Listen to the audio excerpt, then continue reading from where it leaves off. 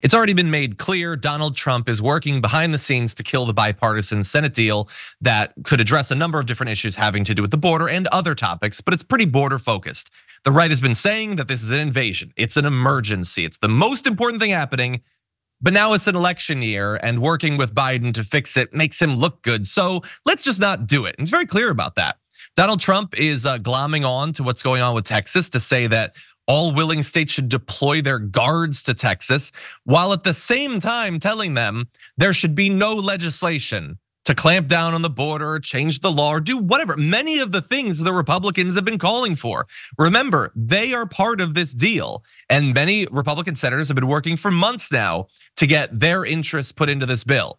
And so it's a really weird situation we're in, where the situation there is such an emergency that if some concertina wire is snipped by the federal government, then you're killing all of Texas and civil war is mandated as a result of it.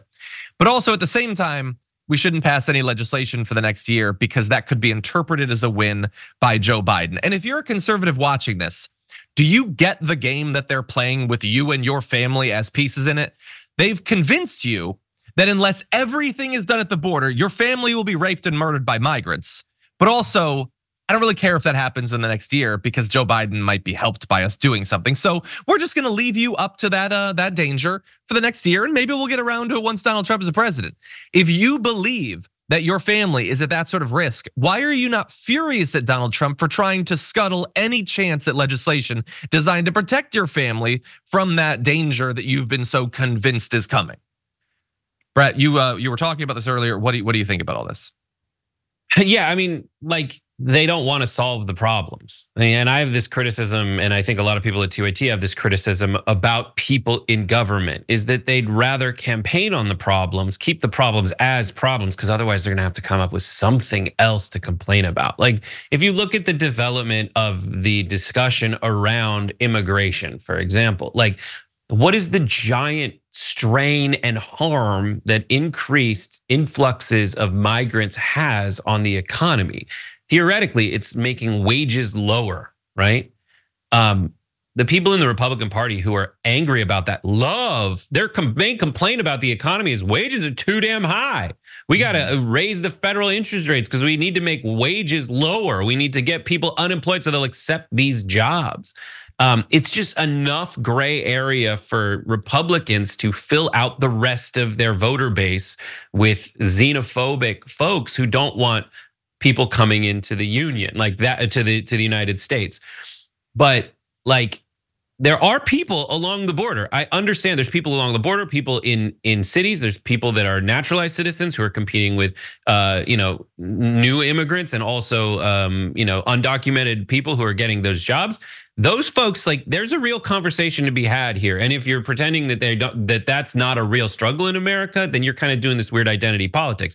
But I don't think the Republicans are engaging in that conversation in any earnest way right now at all. And honestly, I think that, like, if that's your argument, that Democrats just aren't close enough in their big walled off cities to understand the long effects of being a sanctuary city, like, no, that's happening. Like, they will encounter it. That's just how it works. But the remaining fact that you can't deny is this is not something to break up the United States over, especially when you're that close to actually having the compromise that will alleviate a lot of your own complaints.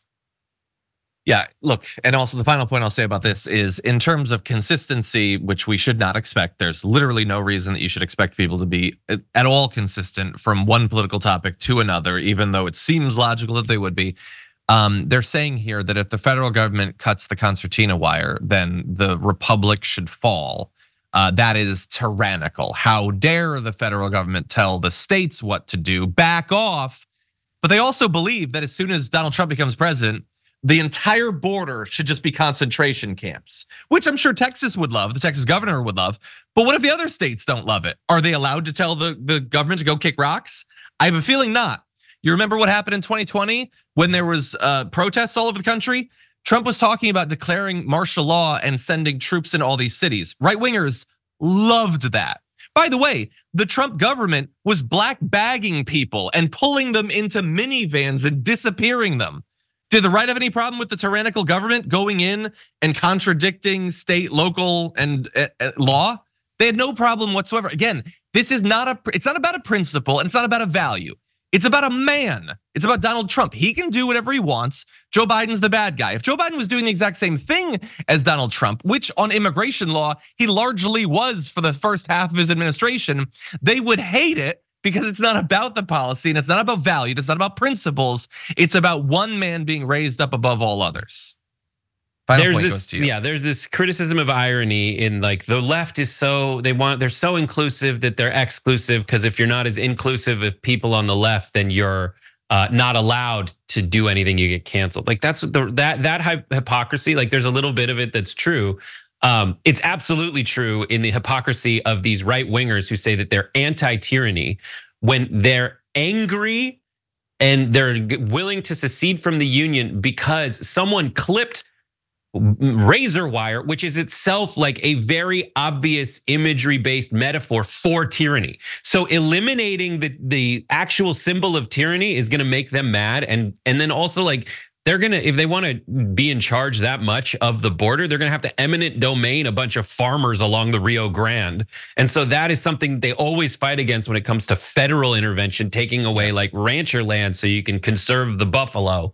Like that's exactly what the Texas state government is trying to do, is fortify with soldiers their own damn state. And they're absolute psychos. And eminent domain used to be a thing that someone like Alex Jones would and did fearmonger over. Yeah. And now, oh, yeah, but I really want to kill those people down south. So if we could just, they're gonna trash your farmland to build a concentration camp. I don't know about you, but that to me sounds a little bit more like tyranny. For more political news breakdowns, interviews, stories of activism, and me trying my hardest to care about the occasional big celebrity news story, subscribe to our YouTube channel at youtube.com/thedamagereport. And you can ring the bell wherever it is so you don't miss anything.